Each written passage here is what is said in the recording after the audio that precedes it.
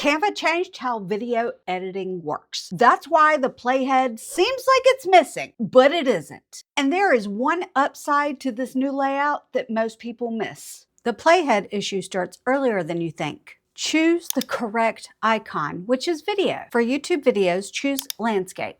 This is where things start to make sense, especially if you've been starting in other projects. Now let me show you how I would actually use this new video editor. Get the image that you want to cover up the main video intro. I'm going to use this one as an example. Next, you want to add the video of the actual video where you're speaking. Now here's a quick trick. Right-click and extract the audio from that talking head clip. It's a little tricky, but hover between the image and the video until Add a Transition pops up. Click Transition. Dissolve will give you the crossfade that you're looking for. Click out of it.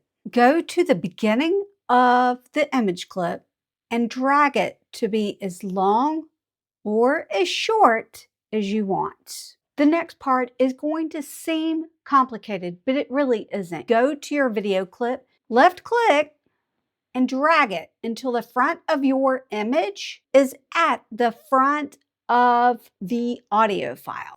You want your image clip and your video clip to be the same length as the extracted audio file. And let go. The audio file is actually going to shrink a little bit. We're going to left click the audio file and drag it to the beginning where it says 00. Now, when you move your playhead over, you will see a transition scene.